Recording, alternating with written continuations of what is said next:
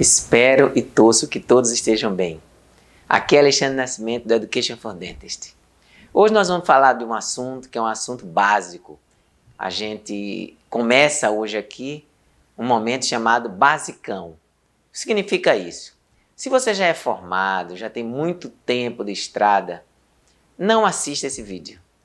Porque basicamente esse vídeo vai ser sobre comunicação entre profissionais. Aqui é Alexandre Nascimento, do Education for Dentist. O vídeo de hoje vai ser sobre nomenclatura e classificação das cavidades. E aquele que já está dominando esse assunto, que são aqueles que já estão formados ou já estão trabalhando na odontologia há muitos anos, não vale a pena, só se realmente quiser revisar.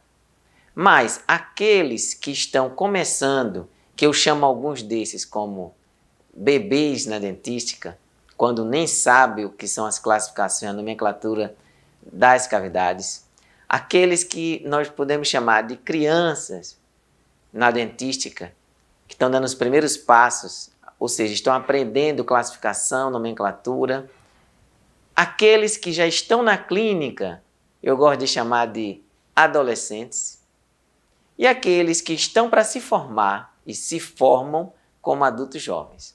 Então esse aqui é para aqueles que são bebês ou são crianças ainda na dentística.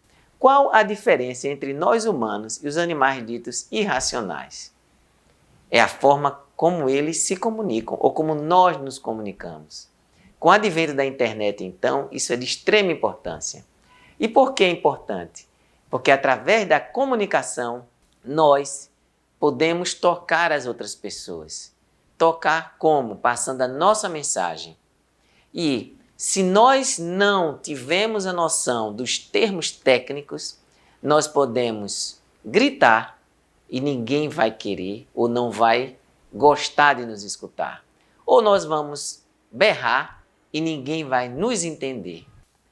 Por isso, nomenclatura e classificação das cavidades vai ser dividida em duas partes. Essa é a primeira delas. O que seria então nomenclatura? Nomenclatura é um conjunto de termos peculiares a uma arte ou ciência pelos quais indivíduos de uma mesma profissão são capazes de entender-se mutuamente. E aí vai a homenagem ao professor José Mondelli, que deu uma contribuição importante na odontologia, especialmente nesse assunto, com seu livro de muitos anos atrás, a primeira edição, a capinha vermelha, e que hoje continua sendo reeditada.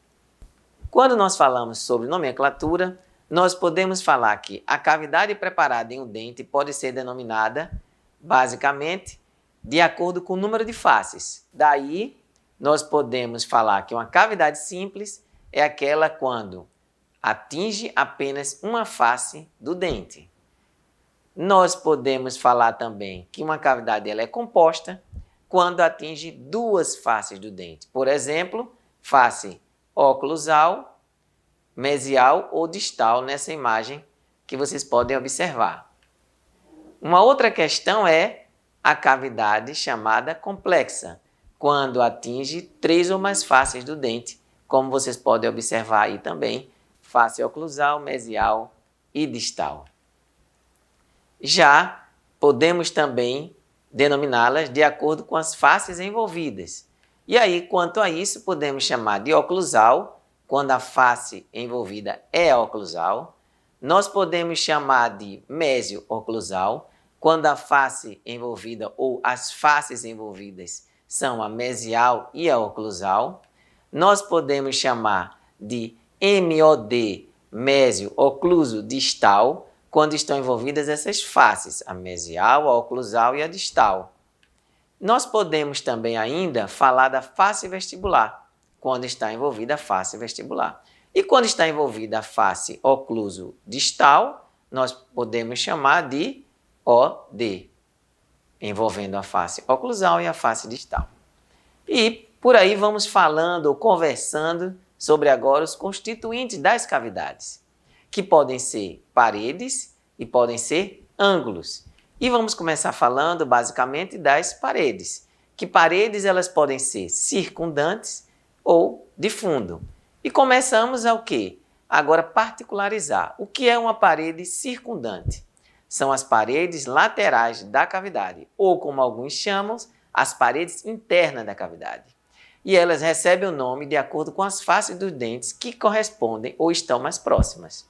Se ela está mais próxima ou corresponde à face vestibular, é assim que ela é chamada. E vocês podem observar exatamente aqui. A face vestibular, em azul, está correspondendo à parede interna ou circundante vestibular. A face mesial está correspondendo à face ou à parede circundante mesial. A face distal está correspondendo à parede circundante distal. E a face lingual está correspondendo à parede circundante lingual. E por aí por diante. Agora, quando falamos de uma cavidade composta, como essa que vocês podem observar, nós temos uma caixa proximal e a parede vestibular da caixa proximal está correspondendo à face vestibular. A parede lingual, a face lingual, e temos a parede gengival, ou basicamente cervical, como alguns gostam de chamar, voltada para a porção cervical do dente ou a gengiva que está vizinho a essa cavidade. E aí, dando continuidade, nós vamos falar ainda das cavidades na face vestibular, por exemplo, que a parede interna que está voltada à face oclusal, ela é chamada parede interna oclusal. A parede interna que está voltada para a face mesial, ela é chamada parede circundante mesial. Se está voltada para a distal, parede circundante distal. E parede gengival, quando está voltada para a região mais cervical do dente, ou cervical, como alguns também gostam de mencionar. Essa imagem retrata bem, se vocês quiserem, vocês dão uma pausa, vocês param, analisam com calma tudo o que a gente falou, porque o importante é assimilar esse conteúdo. E aí, nós vamos agora para as paredes de fundo, que basicamente vão ser parede pulpar e parede axial. A parede pulpar, ela basicamente, ela é paralela à superfície oclusal, como vocês podem ver nessa imagem aqui, paralela à superfície oclusal, ou ela vai ser perpendicular ao longo eixo do dente. Outra referência para essa mesma parede, ou paralela à superfície oclusal, ou perpendicular ao longo eixo do dente, a parede pulpar. Já quando a gente fala aqui de parede axial, nós podemos dizer que é a parede paralela ao longo eixo do dente. Nós podemos observar basicamente que ela está aqui nessa imagem em azul, parede axial. De extrema importância essa definição e essas nomenclaturas. Em seguida, nós podemos ver ainda aqui outro aspecto importante, os ângulos diedros e triedros que constituem as cavidades. Os ângulos diedros vai ser o quê? Eles vão ser aqueles ângulos formados pela união de duas paredes de uma cavidade. E aí eles são denominados de acordo com a combinação dos respectivos nomes, ou das paredes envolvidas. E aí nós vemos alguns ângulos diedros localizados no interior de uma cavidade composta, como essa, um ocluso mesial.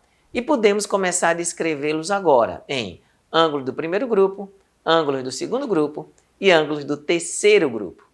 E aí podemos falar o quê? O ângulo do primeiro grupo, basicamente, ele está o quê? Ele é formado pela parede circundante com outra parede circundante, ou seja, o encontro de duas paredes circundantes. E aí nós temos alguns exemplos que vocês podem visualizar. O vestíbulo distal, o língua distal, o vestíbulo gengival e o língua gengival. São alguns desses exemplos.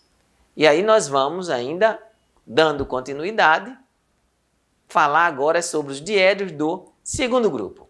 Quais seriam esses? São aqueles formados pelo encontro da parede circundante com a parede de fundo. Vocês podem visualizar alguns exemplos. O disto pulpar, o língua pulpar, o vestíbulo pulpar, o vestíbulo axial, o língua axial e o gengivo axial. São basicamente encontros de duas paredes, parede circundante com a parede de fundo. E aí agora nós passamos para o quê? Os diedros do terceiro grupo, eles são formados basicamente pelo encontro na parede de fundo com outra parede de fundo. E quais são as paredes de fundo? Parede axial e parede pulpar. E como ele poderia ser denominado? Ele poderia ser denominado áxio pulpar.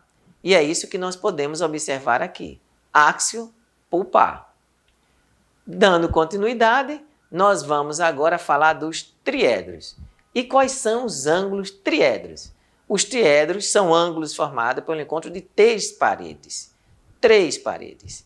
E aí nós temos alguns exemplos. O ângulo vestíbulo pulpar, o triedro formado pela parede axial, vestibular e pulpar. O ângulo triedro formado pela parede axial, vestibular e gengival. E por aí vai, pelo encontro de três paredes. Dando continuidade ainda, vamos falar o quê? De um ângulo chamado cavo superficial. É o ângulo formado pela junção das paredes da cavidade com a superfície externa do dente. E esse é o ângulo cavo superficial. Finalizando essa parte. E aí, se você gostou, dê um like. Se você gostou, se inscreva no canal. Se você gostou, receba a notificação ativando o sininho que está ali. Lembrando que as referências estão aí na descrição, algumas referências, e que isto aqui é apenas um material de apoio. O importante é ler as referências citadas e seguir a orientação dos seus professores, porque eles é que estão no dia a dia junto com vocês e merecem consideração e respeito. Um grande abraço a todos, saúde, paz e vida longa. Um grande abraço.